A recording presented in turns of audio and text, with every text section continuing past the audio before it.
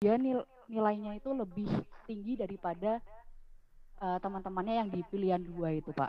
Nah, itu kira-kira sistemnya akan menggeser atau dimasukkan ke lab yang belum memenuhi kuota ya, Pak? Nontar gimana? Misal yang lab A itu sudah full, tapi Jadi dia itu saudara milih lab A, ya, penuh. ya. Terus Kemudian yang kedua itu lab B lab B, dan terus itu juga penuh.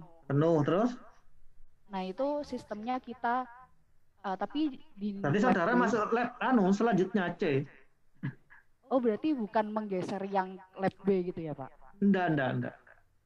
Oh, baik, Pak. Terima Jadi kasih. kalau misalnya ini sudah, misalnya tadi ya, ini kuotanya tadi 8, ini Iya, jumlahnya 10, berarti saudara kan sudah keluar ya, 2. iya, Lah ini katakanlah B ini tadi misalnya ke 8, jumlahnya 12, tapi berarti kan ada 4 tadi ya. iya, dua baik. belas berarti ada 4. Nah, 2 tambah 4 ini akan dikelompokkan lagi untuk di ranking kembali. Meskipun misalnya nilai saudara di sini katakanlah 3,5, sedangkan nilai terakhir di B sini 3,2 gitu ya, berarti ya Iya. yang pilihan pertama B ini nggak bisa digeser. Oh, baik, Pak. Kemudian eh, mau bertanya lagi untuk kuotanya nanti kita bisa tahunya dari mana ya, Pak? Kuota per Kuota lab nanti ini. kan ada hitungannya sendiri, ada rumusnya, tergantung dari pas rapat nanti kan ada jumlah dosennya berapa gitu kan ya. Berarti Gelar, nanti di gelar bagaimana, Pak? Jadi kan nanti itu kan kuota kan juga misalnya dosennya ada berapa, profesornya ada berapa, doktornya berapa, itu kan ada hitungannya nanti. Jadi nanti disampaikan ke mahasiswa atau kita yang menghitung sendiri ya, Pak? Selama ini sih kami tidak menyampaikan karena kuota itu nanti dirapatkan dulu di rapat kalap. Jadi nanti rapat kalap kami sampaikan ini kuotanya seperti ini. Karena dulu acuannya ada 2, menggunakan jumlah kuota dosen sama menggunakan kapasitas ruangan. Cuman kapasitas ruangan kan susah ya dianggap sama karena ada beberapa lab yang merger sehingga kemarin ngitungnya berdasarkan jumlah dosen. Kalau profesor itu nilainya berapa, jumlah profesornya, kalau dokter berapa, kalau master berapa, itu ada. Itu nanti di rapat kalap kuotanya, kami nggak bisa ngitung sekarang ya. Nanti pada saat rapat kalap kami cocokkan dulu data-datanya, misalnya ada mahasiswa yang sebelumnya sudah lulus apa belum, itu kan juga mempengaruhi perhitungan nanti. Oh, baik, Pak. Kalau begitu terima Dan kasih, nanti Pak. itu jumlah pembaginya, itu adalah jumlah pembagi yang daftar. Jadi kayak di itu loh, apa sistem RON yang up apa bawah itu nanti pembaginya adalah jumlah mahasiswa yang daftar juga nanti. Oh, begitu ya, Pak. Oh, Jadi nanti kan di total kuotanya A misalnya berapa jumlahnya, terus nanti mahasiswa yang daftar berapa, dan nanti itu di RON gitu. Nanti ketemu pembulatannya ke bawah atau ke atas gitu. oh, baik, Pak. Sudah paham, Pak. Terima kasih, Intinya Pak. tergantung dari jumlah dosen. Tapi sekarang kan sudah hampir jumlah dosennya kan hampir sama kan, merata kan ya. Iya, Pak. Baik, Pak. Terima kasih banyak, Pak Sinto. Baik, terima kasih Mbak Olia. Permisi Pak Agus, sebelumnya ini dari ISP ingin share screen notulensi Pak. Oh sorry ya, mohon maaf. Ya baik, terima kasih Pak Agus. Mungkin Ya. dilanjut ke Mas Albar Sultan. Dipersilakan Mas. Oke, terima kasih moderator atas kesempatannya. Saya Albar.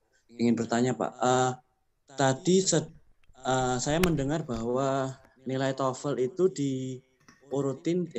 dijadikan skala 1 sampai 4. Itu cara konversi menentukan 1:4 ya. Itu cara menentukannya bagaimana ya Pak? Ya tinggal dibagi aja, nilai tertinggi kurangin nilai TOEFL terendah dibagi 4 kan nanti nilainya sudah 4. Terus dikalikan dengan selisihnya. Saya lupa rumusnya. Pokoknya nanti kalau ketemu nilai TOEFL-nya itu sekitar 677 ya. Itu berarti kan TOEFL-nya IPK-nya 4 itu berarti. Saudara itu loh pakai Excel itu loh, nilai tertinggi dikurangi nilai terendah, kemudian di apa itu namanya? Di nilai selisih dibagi dengan 4 dikalikan dengan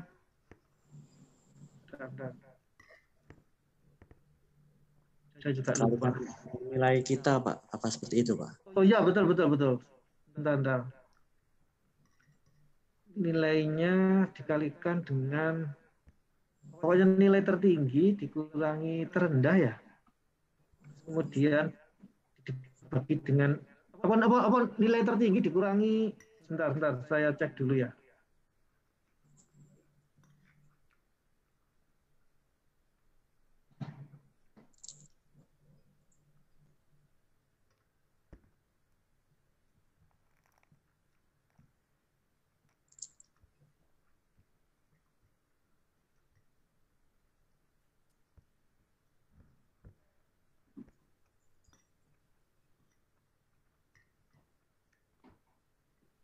Nilai kita dikurangi dengan minimum 310 dikalikan 4 dibagi dengan selisihnya itu 357. Coba saudara cek ya. Jadi kalau nilai tertinggi kan 667 ya. 667 dikurangi 310 dikalikan dengan 4 dibagi dengan 357 ya. 357 itu selisih ya. Coba saudara mungkin bisa bantu ngecek apakah itu sudah sesuai apa belum ya. Nilai TOEFL katakanlah 677 dikurangi 310 dikalikan 4 dibagi dengan 357.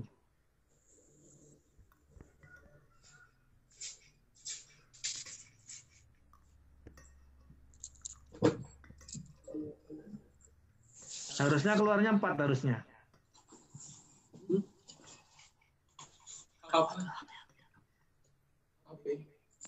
Iya, betul ya.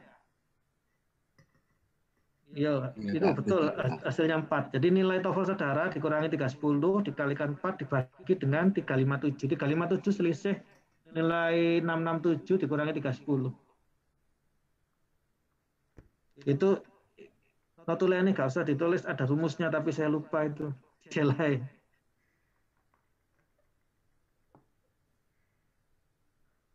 Nilai TOEFL kurangi 310 dikalikan 4 dibagi dengan 357. Itu kuota ruangan nggak dipakai ya, kapan yang rapat terakhir itu ya. Jadi kuotanya itu berdasarkan jumlah dosen di lab tersebut, nanti gelarnya mempengaruhi gelar profesor atau S3 atau S2. Dan yang paling berpengaruh juga jumlah pembaginya itu jumlah mahasiswa yang daftar, yang lolos seleksi ya untuk masuk lab, yang sudah memenuhi syarat untuk masuk lab.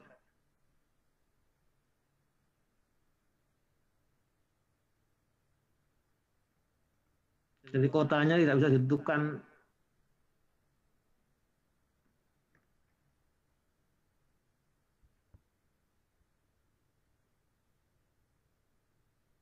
Mungkin teman-teman kan bisa kira-kira oleh mahasiswa angkatan 2018 itu berapa jumlahnya waktu masuk pertama. Jangan yang asal ya. Kalau yang jangan yang genap ya. Karena genap kan sedikit. Itu kira-kira berapa kotanya ya tidak jauh dari itulah yang masuk bulan September itu. Itu kalau yang jumlah mahasiswanya sekian itu sekian. Semakin banyak jumlah mahasiswanya kan kuotanya jadi meningkat nanti kan ya.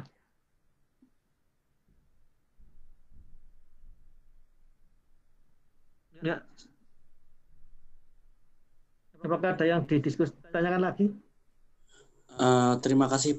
Saya ingin bertanya lagi, Pak. Ya. Tadi ujian komprehensif itu menguji dari semester 1 sampai semester 8. Lalu ya. Untuk teknisnya apakah seperti kuis atau ujian lisan, betul. Pak? Seperti kuis. Nanti ada soal ABCD multiple choice gitu. Oke, baik Pak. Terima kasih. Yuk. Baik. Cuman untuk teman-teman 2019 mungkin ada uji cobanya ya. Karena ada uji coba terlebih dahulu, ya tidak langsung diterapkan ya. Oh ya Pak, saya ingin bertanya lagi Pak, mohon maaf Pak.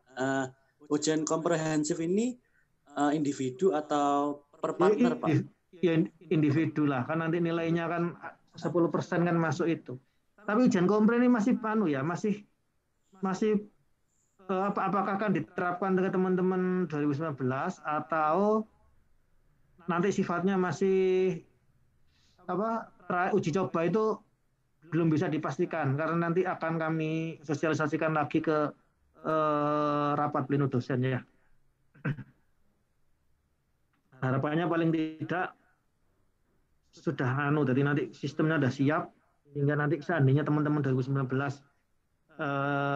belum melaksanakan ini, nanti mungkin bisa digunakan untuk yang teman-teman 2020 ya.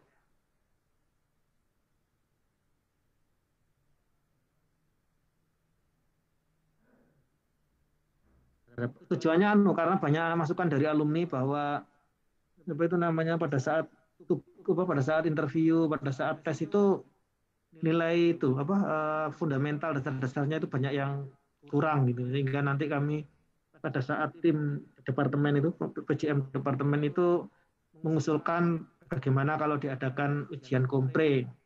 Nah, ini sistemnya masih dibicarakan ya. Insya Allah nanti, soalnya sudah ada kemarin, sudah mulai terkumpul masing-masing mata kuliah.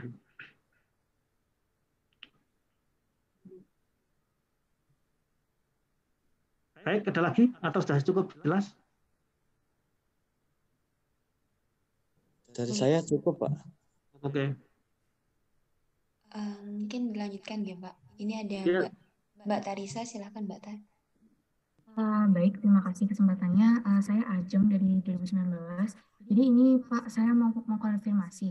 Untuk ujian komprehensif ini berarti diadakan sebelum rankingan yang lab itu ya berarti Pak? Oh, enggak. Oh, Jadi tujuannya dulu ujian kompre itu awalnya mahasiswa boleh maju ujian sidang pabrik ketika lulus kompre. Itu kan rencananya seperti itu. Cuman waktu itu dikhawatirkan nanti bisa menghambat teman-teman. Akhirnya dulu disepakati ya sudah nilainya berapa nanti dimasukkan aja ke bobot gitu. Jadi ini pun nanti untuk teman-teman 2019 saya belum tahu apakah ini bisa diterapkan ataukah sistemnya seperti yang saya sampaikan tadi sifatnya masih uji coba sistem. Jadi nggak ada rankingan tadi, nggak ada ujian kompre, nggak ada. Oh ya. Baik Pak, berarti saya izin mengonfirmasi lagi untuk ujian, berarti sistem untuk masuk pabriknya ya, itu sama seperti seperti tahun-tahun sebelumnya. Jadi pakai nilai IP dan TOEFL. Setelah itu setelah masuk lab ini nanti mengikuti prosedur seperti biasanya plus ada ujian kompre, begitu ya Pak? Direncanakan ada ujian kompre, tapi saya belum bisa memastikan saat ini karena nanti perlu dibawa ke rapat pleno lagi ya. Oh ya, baik, terima kasih Pak. Lalu seandainya ada mungkin ya tadi itu mungkin uji coba dulu yang pertama, Mas, kaget kasihan teman-teman. Ya. Karena masuk di sistem penilaian kan, jadi nanti mungkin bisa diuji coba terlebih dahulu atau gimana. Iya Pak, tadi sempat agak takut dibuat rankingan kayak. Oh enggak. Oh ya, baik Pak. Lalu selanjutnya mau izin bertanya juga Pak mengenai timeline untuk daftar labnya ini akan dimulai dari kapan ya Pak? Nah, mohon maaf ini masih belum saya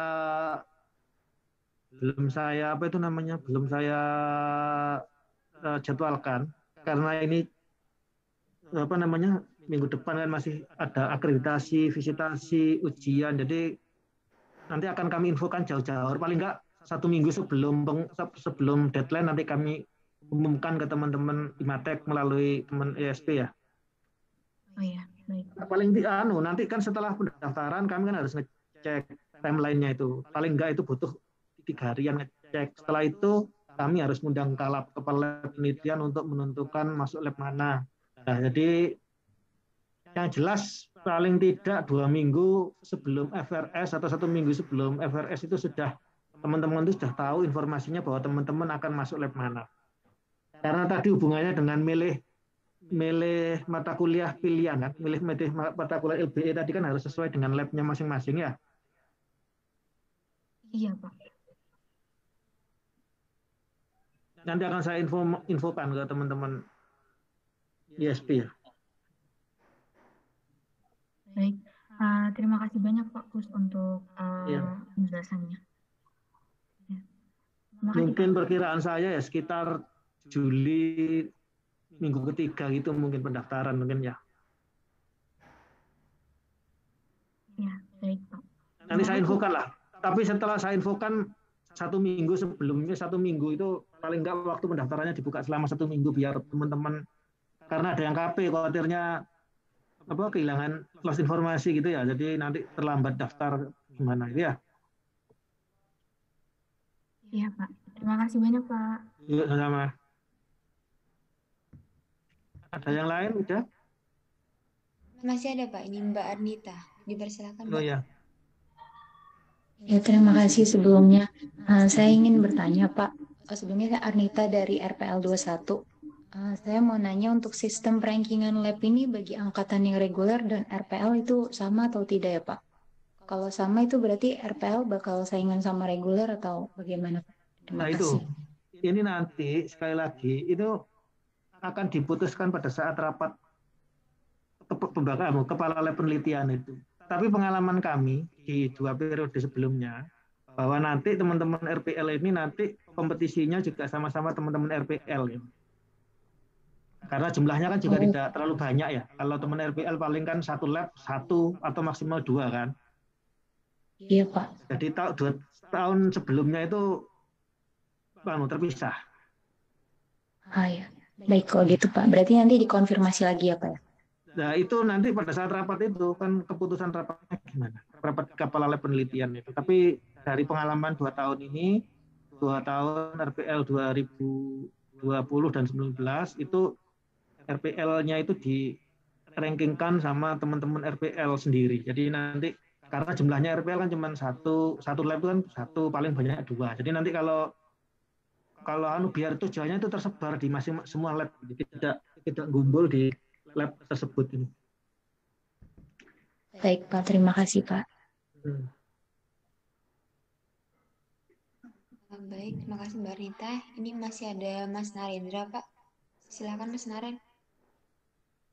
Ya Pak, mohon maaf. Sudah nggak bisa on cam. Saya Narendra Pak dari angkatan 2019.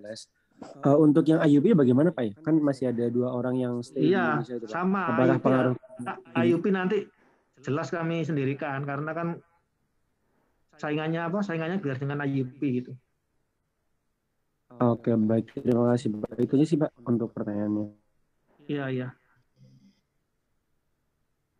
Oh iya, kalau IUP cuma 1-2 orang jadi satu kelompok.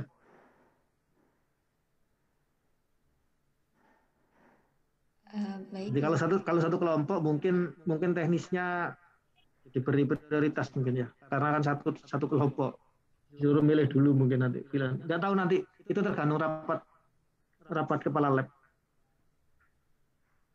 Tapi seharusnya ya sendirilah.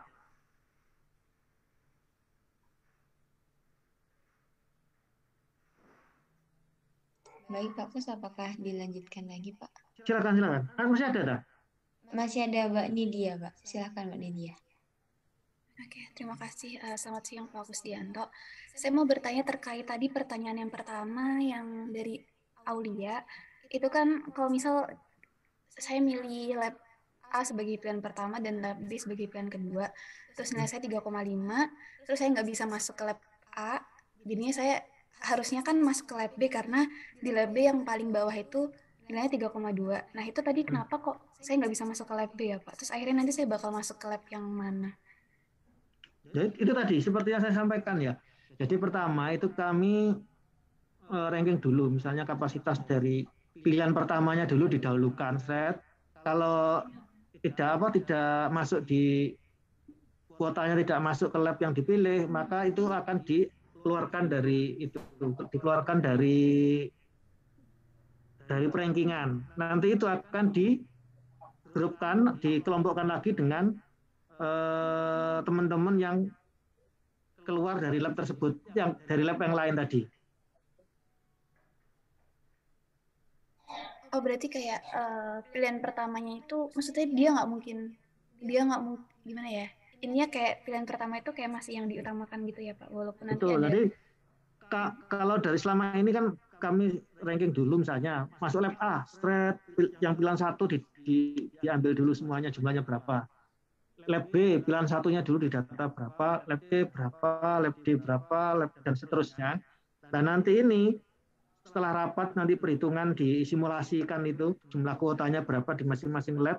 Jika yang keluar misalnya lab A kuotanya 8, ternyata yang daftar 10, berarti yang 2 ini dikeluarkan tersendiri. Yang B juga sama, dikeluarkan sendiri gitu.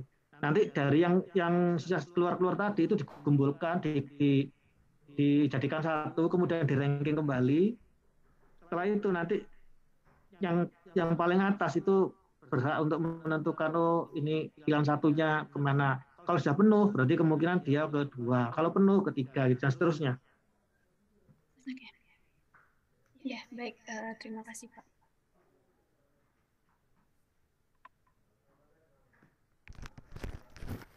Baik Pak Kus, ini sepertinya dari Mas Mbak masih belum ada yang raise hand.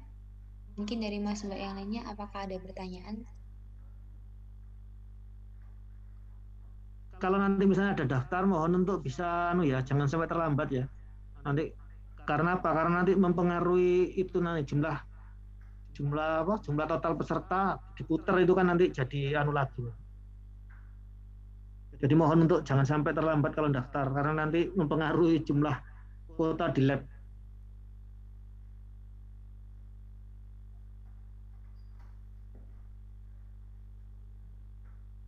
Baik. Kalau tidak ada yang ditanyakan, saya izin mau ujian tesis.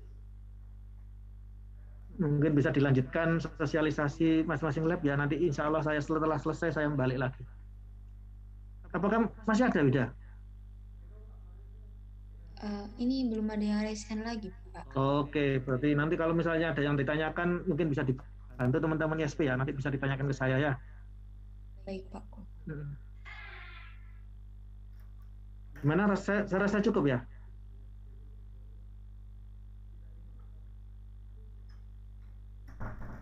Mungkin sepertinya iya Pak, nanti ke Baik. Nanti terima kasih teman-teman atas partisipasinya.